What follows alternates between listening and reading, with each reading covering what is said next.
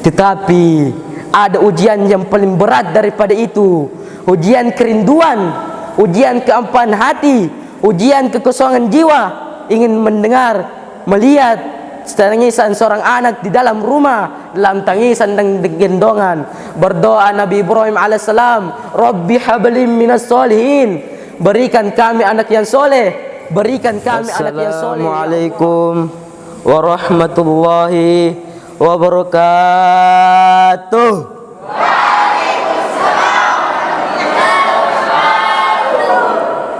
Hamdan wa syukran lillah, amma ba'd. Alhamdulillah, itulah kata yang sepantasnya membasahi lisan kita, yang artinya segala puji bagi Allah, Tuhan seluruh alam. Segala puji hanya untuk Allah. Mengapa kita harus memuji Allah? Karena Dialah yang telah memberikan kita nikmat kesehatan dan kesempatan, dan nikmat iman dan Islam. Dan karena manusia yang kita puji, kepuji-pujian ji,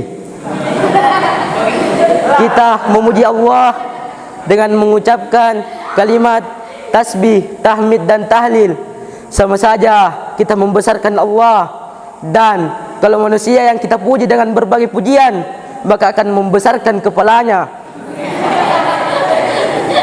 Dan kalau pula kita kirimkan kepada baginda kita Nabiullah Nabi Muhammad SAW, ialah Nabi yang telah membawa kita dari alam gelap gulita menuju alam terang benderang, yang telah membawa kita dari alam jahiliyah menuju alam Islamiyah. Dengan kata lain, yukhrijun nas minaz zulumati ilan nur. Kaum muslimin rahimakumullah, berdirinya saya di sini karena saya akan membawakan ceramah yang berjudul kesabaran Nabi Ibrahim alaihissalam saat diuji oleh Allah Subhanahu wa taala. Kaum muslimin rahimakumullah, Nabi Ibrahim adalah Al-Khalil, kekasih Allah. Al-Khalil, orang yang paling dekat dengan Allah. Al-Khalil, orang yang paling disayang oleh Allah. Mengapa ujiannya datang silih berganti? Ujian pertama datang dari seorang ayah yang tidak menyembah Allah. Ya abati, wahai ayahku, mengapa engkau menjadikan berhala sebagai Tuhanmu? Apa jawab Azar, ayah Ibrahim? La illam tantahi, kalau kau tidak berhenti mencerami aku, kalau kau tidak berhenti mendakwai aku, la arjumannaka, maka akan kulempar kau pakai batu sampai mati. Wahjurni malia, tinggalkan aku untuk selamanya. Tak ada ujian yang paling berat kecuali berhadapan dengan ayah kandung musyrik yang mempersekutukan Allah. Kasar ke Nabi Ibrahim? Tidak. Apa kata Nabi Ibrahim alaihissalam? Sa'astaghfiru laka rabbi, akan tetap memintakan ampun kepadamu atas dosa-dosamu, wahai ayahku. Innahu kana bihafia, Allah itu sayang kepadaku, Allah itu cinta kepadaku, aku akan tetap memintakan ampun kepadamu. Ini pelajaran bahwa ujian akan datang silih berganti. Ada orang yang beranggapan bahwa kalau dia sudah tobat, kalau dia sudah hijrah, maka hidupnya akan tenang, senang dan kenyang. Hijrah membuat kita tambah kuat kepada Allah Subhanahu wa taala. Bebannya tetap sama, bebannya tetap datang, tetapi kekuatan lebih kuat dari sebelumnya. Itu membuktikan bahwasanya itu adalah hijrah, itulah makna hijrah, itulah makna taubat, itulah makna mendekatkan diri kepada Allah. Berhadapan dengan keluarga dekat, Ibrahim lulus.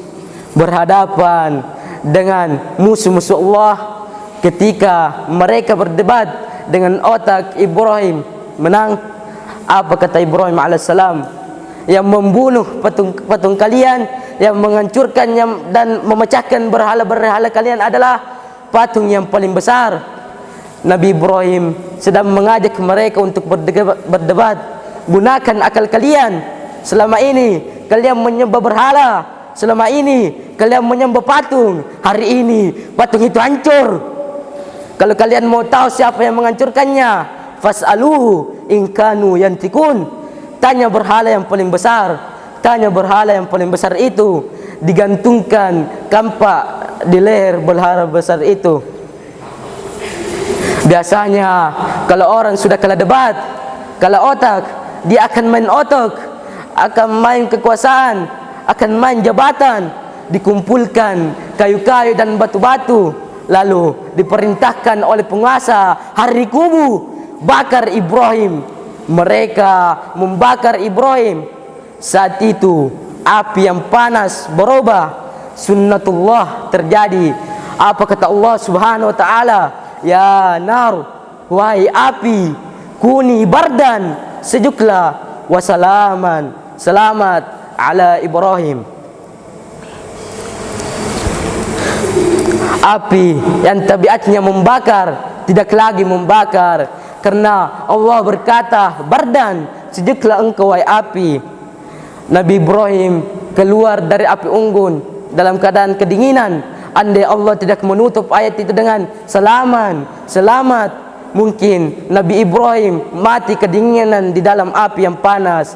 Api tak dapat membakar sesudah Allah berkuasa. Ini membuktikan bahwa Nabi Ibrahim tetap berhadapan dengan penguasa yang zalim, berhadapan dengan berbagai macam ujian, berhadapan dengan ayah kandung lulus, berhadapan dengan penguasa yang zalim lulus.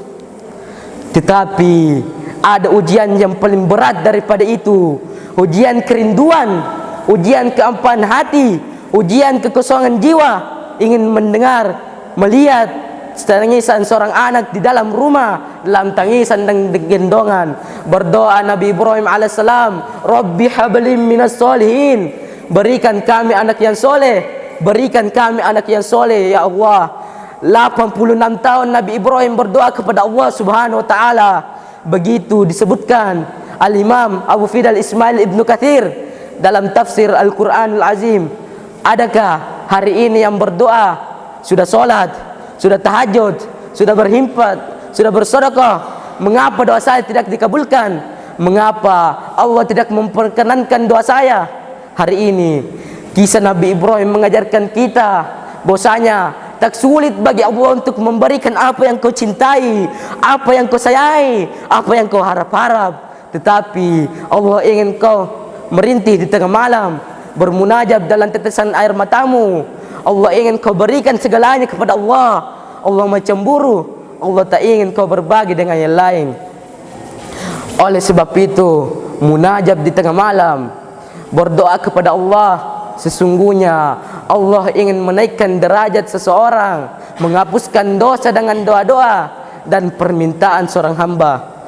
Aqrabu ma yaqulu abdu rabbi, seorang hamba yang paling dekat dengan Allah, wa wasajid, ketika ia bersujud, fa aktsaru fi du'a, maka berdoalah kepada Allah. Sebagai kesimpulan, bahwasanya ujian akan datang silih berganti. Allah akan memberikan ujian kepada orang yang bisa, orang yang mampu menang ujian tersebut. Cukup sekian ceramah singkat saya. Mudah-mudahan kita diberikan kemudahan Allah Subhanahu wa taala dalam permasalahan kita, baik rohani dan jasmani dan rohani. Assalamualaikum warahmatullahi wabarakatuh.